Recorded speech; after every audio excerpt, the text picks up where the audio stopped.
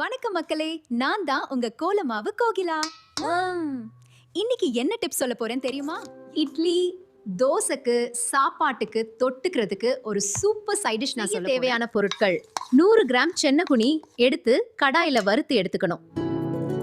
கடாயில 10 காஞ்ச மிளகா, 2 ஸ்பூன் மிளகு, 2 ஸ்பூன் தனியா, 2 ஸ்பூன் சீரகம் போட்டு நல்லா வறுத்து எடுத்துக்கணும். வறுத்து வைத்த சென்னாகுனி அதுல சேர்த்து மிக்ஸில போட்டு நல்ல பவுடர் போல அரைச்சுக்கணும். இட்லி தட்டுல வச்சுட்டு ஒரு கிண்ணத்துல 2 ஸ்பூன் இந்த பவுடரை போட்டு நல்லெண்ணெய் அதுல ஊத்தி கலக்கி இட்லி தொட்டு சாப்பிட்டு பாருங்க, சும்மா சூப்பரா இருக்கும். இன்னைக்கு நம்ம சமத்ததை சாப்பிட்டு எப்படி இருக்குன்னு சொல்ல போறது யாரு தெரியுமா?